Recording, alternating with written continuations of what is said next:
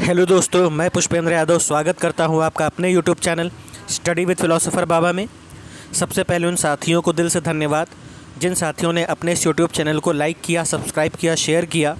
और जो साथी नए जुड़े इस यूट्यूब चैनल के साथ में, उन सभी साथियों को मैं बताना चाहता हूं कि इसमें मैंने यूपी पीसीएस आरओ एआरओ और आगामी जितने भी शिक्षक भर्तियां हैं, जितने भी पेट के एग्ज़ाम है, लेखपाल का एग्ज़ाम है, लोअर पीसीएस का एग्ज़ाम है, जहाँ जहाँ जीएस पूछा जाता है मैंने उसके लिए बीपीएससी 4.0 हो गया, जहाँ जहाँ जीएस पूछा जाता है उन पेपर के लिए मैंने जीएस का बैकग्राउंड आपके लिए तैयार करने की कोशिश करी है, जहाँ पर आप जीरो से एडवांस लेवल पर आप जीएस की तैयारी कर सकें और अपने कॉन्सेप्ट्स को मजबूती प्रदान कर सकें।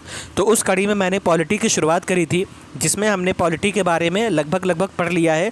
हम लोगों ने पॉलिटी के बारे में इंट्रोडक्शन से लेकर के भाग 3 मूल अधिकारों तक पढ़ लिया है। आज हमें जो पार्ट पढ़ना है वो पार्ट हमें पढ़ना है डीपीएसपी भाग 4 राज्य के नीति निर्देशक तत्व या राज्य के नीति निर्देशक सिद्धांत। आज हमको ये टॉपिक कवर करना है। तो चलिए बिना किसी देरी के आज का ये टॉपिक करते हैं शुरुआत। तो आज का जो टॉपिक हम पढ़ने जा रहे हैं दोस्तों, वो टॉपिक है हमारा राज्य के नीति निर्देशक सिद्धांत। ये भाग 4 से संबंधित है, अनुच्छेद 36 से 51 है, ये यहाँ पे संबद्ध रखता है। ठीक है, अब हम बात करते हैं कि डीपीएसपी होता क्या है, डीपीएसपी लिया कहाँ से गया है। तो डीपीएसपी जो लिया गया है वो लिया गया है आयरलैंड के संविधान से। लेकिन आप सभी लोगों को ये बताया जाता है कि ये आयरलैंड के संविधान से भारत में ने लिया है, लेकिन सवाल ये उठता है कि आयरलैंड ने इसको कहाँ से लिया। तो ये लिया गया है स्पेनिश संविधान से। अगर आपसे पूछे कि मूलतः डीपीएसपी कहाँ से है, तो ये स्पेनिश के संविधान से लिया गया है और आयरलैंड ने इसको सबसे पहले एक्वायर किया, फिर हमने आयरलैंड के संविधान से इसको ले लिया। इसके बाद डीपीएसपी की अवधारणा आयरलैंड के संविधान के अनुच्छेद 45 से आई है। संवैधानिक प्रावधान की बात करें तो भारत के संविधान के भाग 4 अनुच्छेद 36 से 51 में राज्य के नीति निर्देशक सिद्धांत शामिल हैं। भारतीय संविधान का अनुच्छेद 37 निर्देशक सिद्धांत के कार्यों के बारे में बताता है। इन सिद्धांतों का उद्देश्य लोगों के लिए सामाजिक आर्थिक न्याय सुनिश्चित करना और भारत को एक कल्याणकारी राज्य के रूप में स्थापित करना है। तो ये इसका उद्देश्य है। अब हम देख लेते हैं कि फंडामेंटल राइट वर्सेस डीपीएसपी यानी मौलिक अधिकार बनाम राज्य के नीति निर्देशक सिद्धांत। मौलिक अधिकारों के विपरीत डीपीएसपी का दायरा असीम है और यह एक नागरिक के अधिकारों की रक्षा करता है और बड़े स्तर पर कार्य करता है। नीति निर्देशक सिद्धांत में वे सभी आदर्श शामिल हैं जिनका पालन राज्य को देश के लिए नीतियां और कानून बनाते समय ध्यान में रखना चाहिए। मौलिक अधिकार प्रकृति में नकारात्मक या निषेधात्मक हैं क्योंकि वे राज्य पर सीमाएं आरोपित करते हैं। दूसरी ओर निर्देशक सिद्धांत सकारात्मक हैं। डीपीएसपी कानून द्वारा प्रवर्तनीय नहीं है, यानी कानून के द्वारा इसे लागू नहीं किया जा सकता। यहाँ ये इम्पॉर्टेंट है कि डीपीएसपी और मौलिक अधिकार साथ साथ चलते हैं। डीपीएसपी मौलिक अधिकार के अधीनस्थ नहीं है, यानी अधीन नहीं आते हैं। अगर सिद्धांतों के वर्गीकरण की बात की जाए तो राज्य के नीति निर्देशक सिद्धांतों को उनके वैचारिक स्रोत और उद्देश्यों के आधार पर वर्गीकृत किया जाता है। ये 3 सिद्धांत हैं, विचार हैं: समाजवादी सिद्धांत, गांधीवादी सिद्धांत और उदार और बौद्धिक सिद्धांत।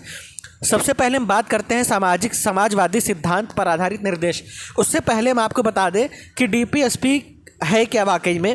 तो राज्य के नीति निर्देशक तत्वों का आशय उन सिद्धांतों से होता है जिन्हें राज्य अपनी नीतियों के निर्धारण में आधारभूत स्थान प्रदान करेगा। यानी नीति को निर्देशित करने का काम कौन करेगा? डीपीएसपी करेगा। और इसका उद्देश्य कल्याणकारी राज्य की स्थापना करना है। ठीक है, और इसको वैधानिक शक्ति प्राप्त नहीं है, आर्टिकल 37 कहता है, और इसे न्यायालय द्वारा लागू नहीं किया जा सकता। अब हम बात करते हैं आर्टिकल की। तो समाजवादी सिद्धांतों पर कौन से आर्टिकल इसके हैं? तो पहला है अनुच्छेद 38। अनुच्छेद 37 में जो बताया गया है, अनुच्छेद 37 में बताया गया है इसके कार्यों के बारे में। अब हम बात करते हैं समाजवादी विचार के आधार पर आर्टिकल। तो समाजवादी विचार के आधार पर जो आर्टिकल है वो है आर्टिकल 38। वो कहता है राज्य सामाजिक, आर्थिक और राजनीतिक न्याय सुनिश्चित करके आय, स्थिति और सुविधाओं तथा अवसरों में असमानताओं को कम करके सामाजिक व्यवस्था को सुरक्षित एवं संरक्षित कर लोगों के कल्याण को बढ़ावा देने का प्रयास करेगा। अनुच्छेद 39 क्या कहता है? राज्य विशेष रूप से निम्नलिखित नीतियों को सुरक्षित करने की दिशा में कार्य करेगा। वो नीतियाँ कौन कौन सी है? पहली नीति है सभी नागरिकों को आजीविका के पर्याप्त साधन का अधिकार। भौतिक संसाधनों के स्वामित्व और नियंत्रण को सामान्य जन की भलाई के लिए व्यवस्थित करना, कुछ ही व्यक्तियों के पास धन को संकेंद्रित होने से बचाना, पुरुषों और महिलाओं दोनों को समान कार्य के लिए समान वेतन, श्रमिकों की शक्ति और स्वास्थ्य की सुरक्षा, बच्चों के बचपन एवं युवाओं का शोषण न होने देना। अनुच्छेद 41 कहता है बेरोजगारी, बुढ़ापा, बीमारी और विकलांगता के मामलों में कार्य करने, शिक्षा पाने और सार्वजनिक सहायता पाने का अधिकार सुरक्षित करना। अनुच्छेद 42 कहता है राज्य काम की न्याय संगत और मानवीय परिस्थितियों को सुनिश्चित करने एवं मातृत्व राहत के लिए प्रावधान करेगा। अनुच्छेद 43 कहता है राज्य सभी कामगारों के लिए निर्वाह योग्य मजदूरी और एक उचित जीवन स्तर सुनिश्चित करने का प्रयास करेगा। अनुच्छेद 43A कहता है उद्योगों के प्रबंधन में श्रमिकों की भागीदारी सुनिश्चित करने के लिए राज्य कदम उठाएगा। अनुच्छेद 47 कहता है लोगों के पोषण स्तर और जीवन स्तर को ऊपर उठाना और सार्वजनिक स्वास्थ्य में सुधार करना। तो आप लोगों ने देखा अनुच्छेद 38 से लेकर के 47 तक का जो भी प्रावधान किया गया है वो प्रावधान किया गया है समाजवादी विचारों को ध्यान में रखते हुए, यानी समाज के लिए लोक कल्याणकारी राज्य स्थापित करना। अब हम बात करते हैं गांधीवादी विचार सिद्धांतों पर निर्देश क्या दिया गया है। तो अनुच्छेद 40 कहता है राज्य ग्राम पंचायतों को स्वशासन की इकाइयों के रूप में संगठित करने के लिए कदम उठाएगा। अनुच्छेद 43 कहता है राज्य ग्रामीण क्षेत्रों में व्यक्तिगत या सहकारी आधार पर कुटीर उद्योगों को बढ़ावा देने का प्रयास करेगा। अनुच्छेद 43B कहता है सहकारी समितियों के स्वैच्छिक गठन, स्वायत्त कामकाज, लोकतांत्रिक नियंत्रण और पेशेवर प्रबंधन को बढ़ावा देने का कार्य करेगा। अनुच्छेद 46 कहता है राज्य समाज के कमजोर वर्गों, विशेषकर अनुसूचित जातियों, SC, ST और अन्य कमजोर वर्गों के शैक्षिक और आर्थिक हितों को बढ़ावा देगा। अनुच्छेद 47 कहता है राज्य सार्वजनिक स्वास्थ्य में सुधार के लिए कदम उठाएगा और नशीले पेय तथा स्वास्थ्य के लिए हानिकारक नशीले पदार्थों के सेवन पर रोक लगाएगा। अनुच्छेद 48 क्या कहता है गायों, बछड़ों और अन्य दुधारू पशुओं के वध पर रोक लगाने और मवेशियों को पालने एवं उनकी नस्लों में सुधार करने के लिए राज्य कार्य करेगा। इस तरीके से देखा जाए तो आर्टिकल 48 को लागू करने वाला पहला राज्य बना है भारत में हरियाणा। ठीक है, तो ये आर्टिकल 48 है। यानी आप लोगों ने देखा कि आर्टिकल 40 से लेकर के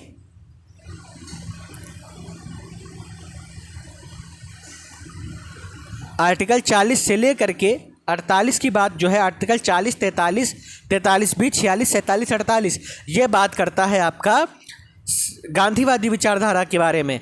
अब बात करते हैं उदार बौद्धिक सिद्धांत के बारे में। कौन बात करता है? तो आर्टिकल 44 कहता है भारत के राज्य क्षेत्र में नागरिकों के लिए एक समान नागरिक संहिता को सुरक्षित करने का प्रयास करना। अनुच्छेद 45 कहता है सभी बच्चों को 6 वर्ष की आयु पूरी करने तक प्रारंभिक बाल्यावस्था देखभाल और शिक्षा प्रदान करना। अनुच्छेद 48 कहता है कृषि और पशुपालन को आधुनिक एवं वैज्ञानिक आधार पर संगठित करना।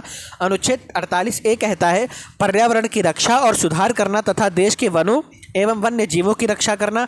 अनुच्छेद 49 कहता है राज्य की कलात्मक या ऐतिहासिक महत्व के प्रत्येक स्मारक या स्थान की रक्षा करना। अनुच्छेद 50 कहता है राज्य की लोक सेवाओं में न्यायपालिका को कार्यपालिका से अलग करने के लिए कदम उठाना। अनुच्छेद 51 कहता है कि राज्य अंतर्राष्ट्रीय शांति और सुरक्षा स्थापित करने का प्रयास करेगा। कैसे करेगा? राष्ट्रों के साथ न्यायपूर्ण और सम्मानजनक संबंध बना के, अंतर्राष्ट्रीय कानून और संधि दायित्वों के लिए सम्मान को बढ़ावा देना और मध्यस्थता द्वारा अंतर्राष्ट्रीय विवादों के निपटारों को प्रोत्साहित करना। तो ये रहा हमारा आर्टिकल 36 से 51। अब हम बात करते हैं DPSP में संशोधन कब कब हुआ। तो 42वां संविधान संशोधन 1976 में हुआ। इसमें नए निर्देश जोड़ करके संविधान के भाग 4 में कुछ बदलाव किए गए, जैसे 39A गरीबों को निःशुल्क कानूनी सहायता प्रदान करना। 43A उद्योगों के प्रबंधन में श्रमिकों की भागीदारी। 48A पर्यावरण की रक्षा और उसमें सुधार करना। अगर हम बात करें 44वां संविधान संशोधन 1977 के बारे में, तो इसने धारा 2 को अनुच्छेद 38 में सम्मिलित किया, जो घोषित करता है कि राज्य विशेष रूप से आय में आर्थिक असमानताओं को कम करने और व्यक्तियों के बीच नहीं बल्कि समूहों के बीच स्थिति, सुविधाओं एवं अवसरों संबंधी असमानताओं को कम करने का प्रयास करेगा। इसने मौलिक अधिकारों की सूची में संपत्ति के अधिकार को भी समाप्त कर दिया। और साल 2002 का 86वां संशोधन अधिनियम जो आया, इसने अनुच्छेद 45 की विषय वस्तु को बदला और प्रारंभिक शिक्षा को अनुच्छेद 21A के तहत क्या बना दिया? मौलिक अधिकार, जिसको मैंने आपको पढ़ाया है भाग 3 में। अब हम बात करते हैं मौलिक अधिकारों और डीपीएसपी के मध्य संघर्ष से जुड़ा मामला। तो चंपकम द्वयराजन बनाम मद्रास राज्य 1951 मामले में सुप्रीम कोर्ट ने फैसला सुनाया था कि मौलिक अधिकारों और निदेशक सिद्धांतों के बीच किसी भी संघर्ष के मामले में मौलिक अधिकार को मान्यता दिया जाएगा। इसने घोषणा किया कि निदेशक सिद्धांतों को मौलिक अधिकारों के अनुरूप होना चाहिए और उन्हें सहायक के रूप में कार्य करना चाहिए। इसने यह भी माना कि संवैधानिक संशोधन अधिनियमों को लागू करके संसद द्वारा मौलिक अधिकारों में संशोधन किया जा सकता है।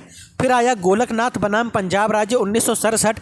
इसमें सुप्रीम कोर्ट ने वर्डिक्ट दिया कि निदेशक सिद्धांतों के कार्यान्वयन के लिए भी संसद द्वारा मौलिक अधिकारों में संशोधन नहीं किया जा सकता। यह शंकरी प्रसाद मामले में अपने स्वयं के निर्णय के विपरीत था। फिर आया केशवानंद भारती बनाम केरल राज्य 1973। इसमें सुप्रीम कोर्ट ने गोलकनाथ 1967 के अपने फैसले को खारिज किया और घोषणा किया कि संसद संविधान के किसी भी हिस्से में तो संशोधन कर सकती है, लेकिन वह मूल संरचना को नहीं बदल सकती। इसी प्रकार संपत्ति के अधिकार अनुच्छेद 31 को मौलिक अधिकारों की सूची से हटा दिया। मिनर्वा मिल्स बनाम भारत संघ 1980 मामला जब आया तो इस मामले में सुप्रीम कोर्ट ने दोहराया कि संसद संविधान के किसी भी हिस्से में संशोधन कर सकती है, लेकिन वह संविधान के मूल ढांचे को नहीं बदल सकती। फिर आया डीपीएसपी का कार्यान्वयन। तो भूमि सुधार आता है इसके कार्य क्षेत्र में। समाज में परिवर्तन लाने और ग्रामीण जनता की स्थिति में सुधार लाने के लिए लगभग सभी राज्यों ने भूमि सुधार कानून पारित किए। इन उपायों में क्या क्या शामिल किया गया? जमींदारों, जागीरदारों और इनामदारों जैसे बिचौलियों का उन्मूलन किया गया। किराएदारी व्यवस्था में सुधार किया गया, जैसे कार्यकाल की सुरक्षा, उचित किराया आदि। भूमि जोत पर सीलिंग का अधिरोपण, भूमिहीन मजदूरों के बीच अधिशेष भूमि का वितरण, सहकारी खेती।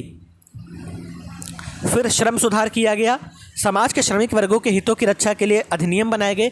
न्यूनतम मजदूरी अधिनियम 1948, श्रम संहिता 2020, अनुबंध श्रम विनिमयन उन्मूलन अधिनियम 1970, बाल श्रम निषेध और विनियमन अधिनियम 1986, 2016 में बाल एवं किशोर श्रम निषेध व विनियमन अधिनियम 1986 के रूप में पुनर्निर्मित, बधुआ मजदूरी प्रणाली उन्मूलन अधिनियम 1976, खनन और खनिज विकास एवं विनियमन अधिनियम 1957, महिला श्रमिकों की हितों की रक्षा के लिए मातृत्व लाभ अधिनियम 1961 और समान पारिश्रमिक अधिनियम 1976 बनाया गया। पंचायती राज व्यवस्था के लिए 73वें संविधान संशोधन अधिनियम 1992 के माध्यम से सरकार ने अनुच्छेद 40 में वर्णित संवैधानिक दायित्व को पूरा किया और देश के लगभग सभी हिस्सों में ग्राम, ब्लॉक और जिला स्तर पर त्रिस्तरीय पंचायती राज प्रणाली शुरू की गई। कुटीर उद्योग के क्षेत्र में अनुच्छेद 43 के अनुसार कुटीर उद्योगों को बढ़ावा देने के लिए सरकार ने कई बोर्ड स्थापित किए, जैसे ग्राम उद्योग बोर्ड, खादी ग्राम उद्योग आयोग, अखिल भारतीय हस्तशिल्प बोर्ड, रेशम बोर्ड, कायर बोर्ड, और जो कुटीर उद्योगों को वित्त विपणन में आवश्यक सहायता प्रदान करते हैं। फिर आया शिक्षा के क्षेत्र में। सरकार ने अनुच्छेद 45 में दिए गए प्रावधान के अनुसार निःशुल्क और अनिवार्य शिक्षा से संबंधित प्रावधानों को लागू किया। इसे 83वें संविधान संशोधन द्वारा पेश किया गया, जिसके बाद शिक्षा का अधिकार अधिनियम 2009 पारित किया गया।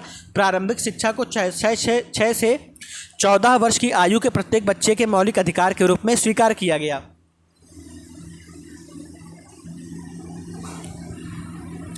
फिर ग्रामीण क्षेत्र का विकास हुआ। सामुदायिक विकास कार्यक्रम लगाया गया, है ना। स्वास्थ्य के क्षेत्र में काम किया गया। केंद्र सरकार द्वारा प्रायोजित योजनाएं जैसे प्रधानमंत्री ग्राम स्वास्थ्य योजना, राष्ट्रीय ग्रामीण स्वास्थ्य मिशन भारतीय राज्य के सामाजिक क्षेत्र की जिम्मेदारी को पूरा करने के लिए लागू किया गया। फिर पर्यावरण के क्षेत्र में काम किया गया। वन्य जीव संरक्षण अधिनियम 1972, वन संरक्षण अधिनियम 1980 और पर्यावरण संरक्षण अधिनियम 1986 को क्रमशः वन्य जीवों एवं वनों की सुरक्षा के लिए अधिनियमित किया गया। जल और वायु प्रदूषण नियंत्रण अधिनियमों ने केंद्रीय प्रदूषण नियंत्रण बोर्ड की स्थापना के लिए प्रावधान किया। फिर आया विरासत संरक्षण। प्राचीन और ऐतिहासिक स्मारक एवं पुरातत्व स्थल व अवशेष अधिनियम साल 1958 राष्ट्रीय महत्व के स्मारकों, स्थानों और वस्तुओं की रक्षा के लिए अधिनियमित किया गया है। तो ये टोटल था आपका डीपीएसपी के बारे में जानकारी। तो हमने डीपीएसपी के बारे में संशोधन भी देख लिए, केस भी देख लिए और उससे संबंधित कार्यों को भी देख लिया। तो ये हमारा आज के सेशन में डीपीएसपी का चैप्टर खत्म होता है। आज के दिन हमने भाग 4 अनुच्छेद 36 से 51 डीपीएसपी कवर कर लिया है।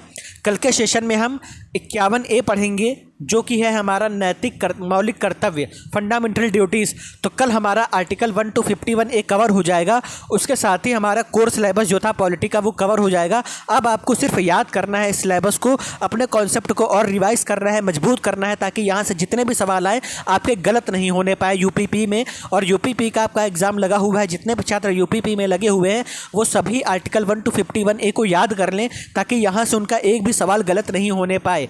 और अगर यहाँ से सवाल गलत होता है और सबका सही होता है तो आप माइनस में चले जाओगे। तो आपको यहाँ से एक भी सवाल गलत नहीं होने देना है। मिलते हैं कल की वीडियो में। मैं सभी साथियों से अनुरोध करता हूँ कि इस चैनल को ज़्यादा से ज़्यादा लोगों तक पहुँचाएं, ताकि जो लोग बड़ी बड़ी कोचिंग अफोर्ड नहीं कर सकते हैं वो फ्री में इस प्लेटफॉर्म के इनिशिएटिव का फ़ायदा ले सके और अपनी पढ़ाई को मजबूती दे सके।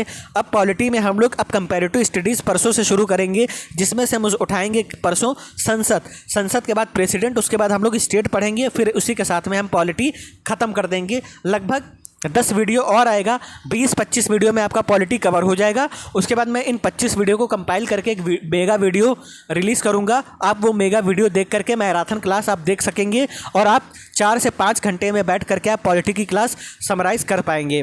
तो मिलते हैं कल की वीडियो में। फिर से उन साथियों को धन्यवाद जिन्होंने चैनल को सब्सक्राइब किया है, और ज़्यादा से ज़्यादा लोगों को शेयर करें, पढ़ते रहें, पढ़ाते रहें, वीडियो को एंजॉय करिए।